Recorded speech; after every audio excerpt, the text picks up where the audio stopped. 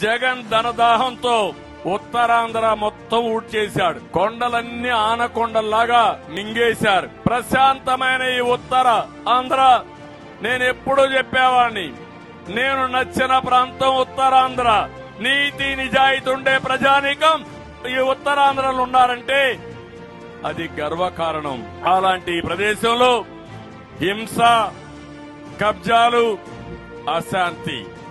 ఉత్తరాంధ్రలో 5 సంవత్సరాలు ఖర్చు పెట్టకుండా మూడు ఐటమ్స్. సాక్షికి ఇచ్చింది 1000 కోట్లు, సలహాదారులకు ఇచ్చింది 700 కోట్లు, ఈయన ప్యాలెస్ కట్టుకున్నది 500 కోట్లు. అన్ని కలిపితే 2200 కోట్ల రూపాయలు. అయితే ఆ 2200 కోట్ల రూపాయలు కూడా ఉత్తరాంధ్రలో ఇరిగేషన్ ఖర్చు పెట్టలేదు 5 సంవత్సరాలు ఈ ముఖ్యమంత్రి. ఈయన మా ఈ ఉత్తరాంధ్ర గురించి మాట్లాడుతున్నాడు. ఈ విశాఖపట్నం పెట్టుబడులకైతే ఒక స్వర్గధామం. నేడు వైసీపీ పాలనలో కబ్జాలకు కేంద్రంగా మారిపోయింది.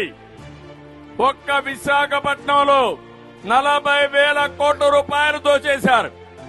అందుకే అడుగుతున్నా, ఈ వైఎస్ఆర్ కాంగ్రెస్ పార్టీకి బుద్ధి చెప్పాలనా లేదా అని మిమ్మల్ని అడుగుతున్నా. కదలిరా కదలిరా